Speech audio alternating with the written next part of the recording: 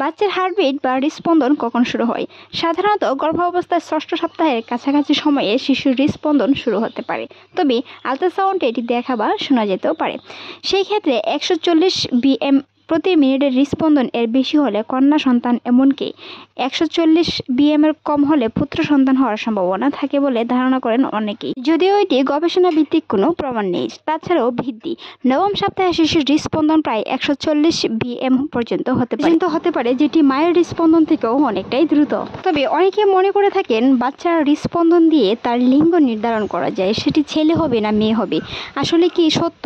বিশেষজ্ঞরা বলে থাকেন হার্টবিট দেখে বাচ্চার লিঙ্গ শনাক্ত করা কোনো বৈজ্ঞানিক ভিত্তি নেই, কারণ বাচ্চার হৃদস্পন্দন কখনো কখনো বাড়তে পারে বা কখনো কখনো সেটি কমতে পারে। তবে কিছু ধারণা পাওয়া যায়, যদি 140-এর কম বিএম হার্টবিট হয়ে থাকে তবে ছেলে সন্তান হওয়ার সম্ভাবনা থেকে যায়।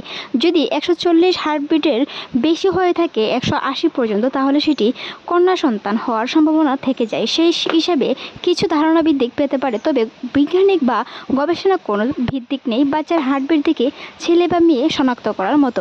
হার্টবিট কারো কারো ক্ষেত্রে সেটি তাড়াতাড়ি আসতে পারে, কারো কারো ক্ষেত্রে সেটি একটু লেট সময় হতে পারে। তবে যদি 15 সপ্তাহের পর পর্যন্ত হয়ে যায় বাচ্চার হার্টবিট না আসে, সেই ক্ষেত্রে অবশ্যই চিকিৎসকের পরামর্শ নিতে হবে, কারণ কারো কারো ক্ষেত্রে হার্টবিট না আসলে মৃত বাচ্চা শনাক্ত করা হয়ে থাকে।